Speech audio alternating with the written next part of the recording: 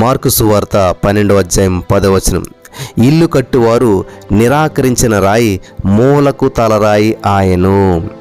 స్తోత్రం దేవా సర్వోన్నత సర్వాధికారి. ఈరోజు ఈ యొక్క వాక్యాన్ని ధ్యానిస్తూ ఉండగా మాతో మాట్లాడి మమ్మల్ని అందరినీ బలపరచమని, విత్తపరిచిన వాక్యం వ్యర్థం కాకుండా ప్రతిరోజు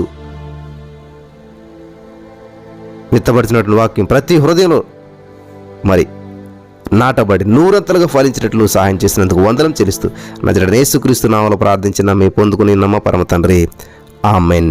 గమనించాలి ప్రియుల, నిషేధించినటువంటి రాయి మూలకు తలరాయి అయ్యిందంట.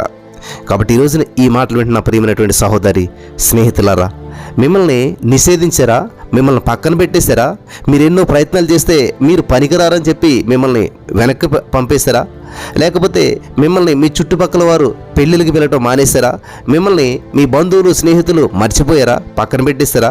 రిజెక్ట్ చేశారా? డోంట్ వరీ, మీరే మూలకు తలరాయి అవుతారంట. హల్లెలూయా, దేవునికి స్తోత్రం కలుగును గాక. కాబట్టి మీ జీవితంలో అనుకున్నటువంటిది ఏది జరగటం లేదా? వచ్చిన ప్రతి మ్యాచ్ కూడా, ప్రతి వివాహ సంబంధం కూడా క్యాన్సిల్ అయిపోతుందా? మీరు రిజెక్ట్ చేయబడుతున్నారా? మీరెవరికి నచ్చట్లేదా? భయపడకండి, బాధపడకండి. ఒక జరిగినటువంటి సంఘటన మీతో పంచుకోవాలని చెప్పి నేను ఆశపడుతున్నాను. మనందరికీ తెలుసు, ఫేస్బుక్ మార్క్ జూకర్బర్గ్ గారు దాన్ని నిర్మించడం జరిగింది కదా. ఆ ఫేస్బుక్లో జాబ్ కొరకు ఒక యవనస్తుడు వెళ్ళాడంట. వెళ్ళి అన్ని క్వాలిఫికేషన్స్ ఉన్నాయి, చాలా మరి చక్కటి ఎడ్యుకేషన్ ఉన్నది, మరి కంప్యూటర్లో పరిజ్ఞానం ఉన్నది. అప్లై చేశాడంట, రిజెక్ట్ అయిపోయాడంట. సరే ఏంట్లో పని చెప్పి మళ్ళీ అప్లై చేశాడంట, మళ్ళీ రిజెక్ట్ అయిపోయాడంట. ఎన్నిసార్లు అప్లై చేసినా కూడా రిజెక్ట్ చేయబడుతూనే ఉన్నాడు. తనకు చదువు ఉంది, జ్ఞానం ఉంది, కానీ రిజెక్ట్ చేయబడ్డాడు. ఎందుకని నేను ఇందులో జాబ్ సంపాదించలేకపోతున్నాను? ఫేస్బుక్ మంచి పెద్ద కంపెనీ, ఇందులో జాబ్ ఎందుకు సంపాదించలేకపోతున్నాను? నాకు ఇంత జ్ఞానం ఉన్న కూడా రిజెక్ట్ చేయబడుతున్నాను అని చెప్పి ఆలోచన చేసి, సరే నాకు ఇంత జ్ఞానం ఉంది, మరి నేనే ఎందుకు ఏదైనా చిన్న జాబ్ క్రియేట్ చేసుకోకూడదని చెప్పి అప్పుడు కొంతమందితో కలిసి కొంతమందిని ఏర్పాటు చేసుకుని అతను ఏం చేశాడంటే ఒక మొబైల్ యాప్ని తయారు చేశాడనమాట. ఒక యాప్ లాంటి తయారు చేశాడు. నాకు ఇంత టెక్నాలజీ ఉందే, ఈ యొక్క కంప్యూటర్లో ఇంత జ్ఞానం ఉన్నదే, కాబట్టి దీని అంతటిని ఉపయోగించి ఒక యాప్ నేను తయారు చేయాలి అనే ఆలోచనతోటి ఒక అద్భుతమైనటువంటి యాప్ను తయారు చేసి ఆ యాప్ చాలా ఫేమస్ అవుతూ వచ్చింది. చాలా ప్రపంచవ్యాప్తంగా ఆ యాప్ ప్రాముఖ్యమైనటువంటి యాప్గా మారిపోయింది.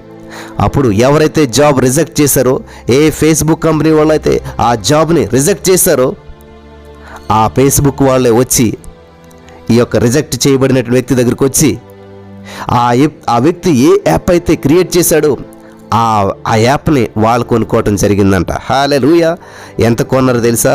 19.3 బిలియన్స్ డాలర్స్కి కొన్నారంటండి.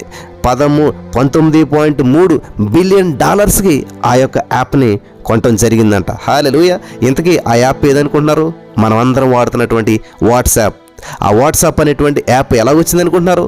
ఆ వ్యక్తి ఒక ఫేస్బుక్ కంపెనీలో ఉద్యోగానికి వెళ్ళినప్పుడు నో నువ్వు నిషేధించబడ్డావు, నీకు లేదు ఇక్కడ జాబు, నువ్వు జాబుకు అర్హుడు కాదు, నీ క్వాలిఫికేషన్ సరిపోదు, నీలో అంత జ్ఞానం లేదు, నువ్వు ఇక్కడ జాబుకి ఎలిజిబిలిటీ నీకు లేదు అని చెప్పి ఎన్నోసార్లు రిజెక్ట్ చేయబడితే ఆ వ్యక్తి బయటకు వచ్చి ఆలోచన చేసి, అయ్యో నేను రిజెక్ట్ చేయబడ్డానా అని కృంగిపోలేదు. అయ్యో నాకు జ్ఞానం లేదా, నేను ఇందులో జాబ్ చేయడానికి పనికిరానా అని కృంగిపోలేదు. ఎవరైతే రిజెక్ట్ చేశారో, ఎవరైతే నీకు జ్ఞానం లేదన్నారో వాళ్ళే వచ్చి మరలా ఆ వ్యక్తి దగ్గరకు వచ్చి ఆ వాట్సాప్ను కొనుక్కోవడం జరిగిందంట. హల్లెలూయా. 19.3 బిలియన్ డాలర్స్కి. కాబట్టి ఆ యాప్ పేరే వాట్సాప్ అనమాట. ఆ వ్యక్తి పేరే జాన్ కోమ్ అనమాట. మీరు చూడొచ్చు. ఆ యొక్క Ukraine American billionaire business man అనమాట ఆయన. And computer programmer. ఆయన ఒక కంప్యూటర్ ప్రోగ్రామర్ అనమాట. Hallelujah. He is the cofounder and former CEO of WhatsApp అనమాట. దేవునికి స్తోత్రం కలుగును కాక. హల్లెలూయా. కాబట్టి ఈ రోజున ఈ మాటలు వింటున్నటువంటి నా ప్రియమైనటువంటి సహోదరి స్నేహితులారా, మీరు కూడా రిజెక్ట్ చేయబడ్డారా? మీకు వచ్చినటువంటి మ్యాథ్స్, అయ్యో నేను ఇంత అందంగా ఉన్నానే, ఆయన కూడా నేను రిజెక్ట్ చేయబడ్డానే అని మీరు బాధపడుతున్నారా? నాకు ఇంత చదువు ఉన్నదే, నాకు జాబ్ రాలేదు, మీరు బాధపడుతున్నారా? కాబట్టి నాకు ఇంత మరి భక్తిగా ఉన్నానే, నేను దేవుని కొరకు నీతిగా జీవిస్తున్నానే, ఆయన కూడా నేను నిందించబడుతున్నానే, నేను అవమానాలు పొందుకుంటూ ఉన్నానే, నేను దేవునికి దశంభాగాలు ఇస్తూ ఉన్నానే, నేను ఎంత భక్తిగా జీవిస్తున్నా కూడా నా జీవితంలో అన్ని నిందలు అవమానాలు వస్తున్నాయి అని చెప్పి మీరు రిజెక్ట్ చేయబడుతున్నారా? అయితే దేవుడు మిమ్మల్ని ఉన్నతంగా మరి హెచ్చించాలని చూస్తున్నాడు. కాబట్టి మీరు నిరుత్సాహపడొద్దు, ఎవరు కూడా ఓడిపోవద్దు. దేవుడు మీకు ఇచ్చినటువంటి ఓపికను, సహనాన్ని ఉపయోగించి దేవుని సన్నిధిలో ముందుకు వెళ్తూనే ఉండండి. మిమ్మల్ని గొప్పగా మూలకు తలరాయిగా చేస్తాడు. నమ్మిన వారంతా పొందుకుందురుగాక. ఆమేన్.